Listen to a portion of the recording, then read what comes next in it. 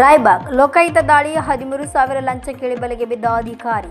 ಲಂಚಕ್ಕೆ ಬೇಡಿಕೆ ಇಟ್ಟು ಹಣ ಪಡೆಯುವಾಗ ಅಧಿಕಾರಿಯೊಬ್ಬ ಲೋಕಾಯುಕ್ತರಿಗೆ ಬಲೆ ಬಿದ್ದ ಘಟನೆ ಗುರುವಾರ ರಾತ್ರಿ ರಾಯಬಾಗ್ ಪಟ್ಟಣದಲ್ಲಿ ನಡೆದಿದೆ. ರಾಯಬಾಗ್ ತಾಲೂಕು ಪಂಚಾಯತ್ನಲ್ಲಿ ಅಕ್ಷರ ದಾಸೋಹ ಅಧಿಕಾರಿಯಾಗಿ ಕಾರ್ಯನಿರ್ವಹಿಸುತ್ತಿದ್ದ ಸುಭಾಷ್ ವಲ್ಲಾಪುರ್ 13,000 ಲಂಚ ಪಡೆಯುವಾಗ ರೆಡ್ ಹ್ಯಾಂಡ್ ಆಗಿ ಲೋಕಾಯುಕ್ತರ ಬಲೆಗೆ ಬಿದ್ದಿದ್ದಾನೆ. ಬೆಕ್ಕೇರಿ ಗ್ರಾಮದ ಶಾಲೆಯ ಹಣ ಪಡೆಯುವಾಗ ಹಣ ಸಮೇತ ಭ್ರಷ್ಟ ಅಧಿಕಾರಿ ಸುಭಾಷ್ ವಲ್ಲಾಪುರ್ ಲೋಕಾಯುಕ್ತರು ವಶಕ್ಕೆ ಪಡೆದು ವಿಚಾರಣೆ ನಡೆಸ್ತಾ ಇದ್ದಾರೆ.